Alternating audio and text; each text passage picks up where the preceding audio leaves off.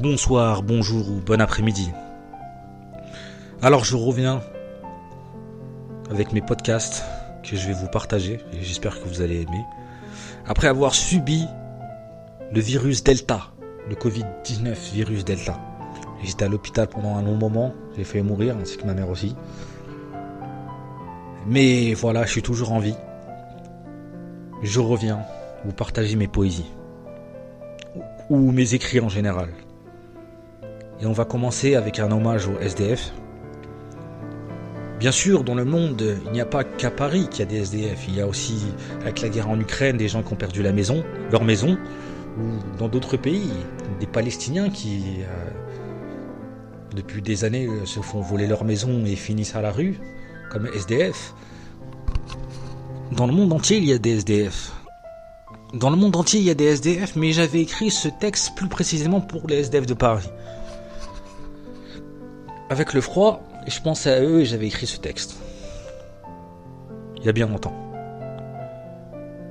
Bon, après, je sais pas si vous allez aimer ou pas. Je sais qu'il y a des hypocrites qui vont dire que oui, ils aiment, mais derrière mon dos, après, ils vont dire « Ah, j'aime pas du tout ce qu'il écrit. » Et récemment, ça m'est arrivé.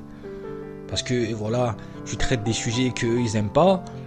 Ils vont faire devant toi, genre, oui, j'aime, et derrière, après, ils vont dire « Ouais, j'aime pas du tout, nan, et tout. » Voilà. Après, t'as ceux qui aiment vraiment. T'as les hypocrites après qui aiment pas et qui vont te dire qu'ils aiment. Et t'as ceux qui te le disent cash mais de manière vexante. Voilà. Bon, si t'aimes pas, mais c'est pas la peine de le dire de manière vexante ou de mentir, faire l'hypocrite et me dire que t'aimes bien alors que t'aimes pas. Voilà, en tout cas, voilà. Le premier texte, c'est un hommage au SDF. Et ça s'appelle Paris, le lit des sans-abri. Paris, le lit des sans-abri.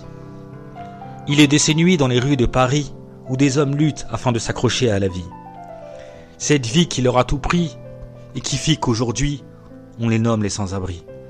Emmitouflés au fond de leur duvet, ils peinent à se réchauffer. Le froid est devenu leur allié, tel des jeunes mariés qu'on ne pourrait plus séparer. Pas lavé, mal rasé, aucun riverain n'ose s'en approcher. À cela je leur dirais, imaginez-vous que c'est vous qui êtes au bord de ce quai, frigorifiés, affamés, luttant pour ne point succomber jusqu'à ce que l'été ose pointer le bout de son nez. Et puis dans le monde, avec la guerre et autres, il y a des enfants qui meurent de faim. En Afrique, donc, actuellement, il y a encore des villages où ça meurt de faim.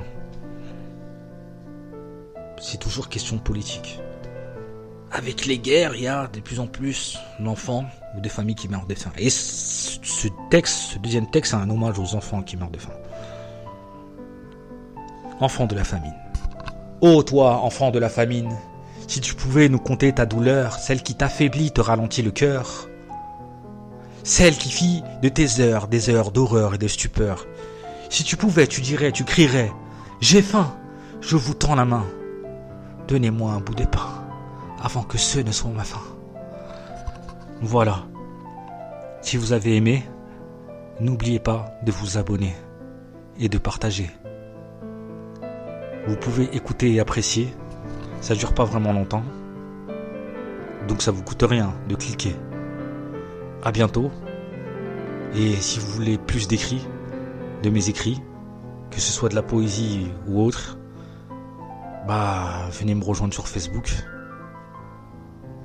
ou YouTube. Lien dans la description.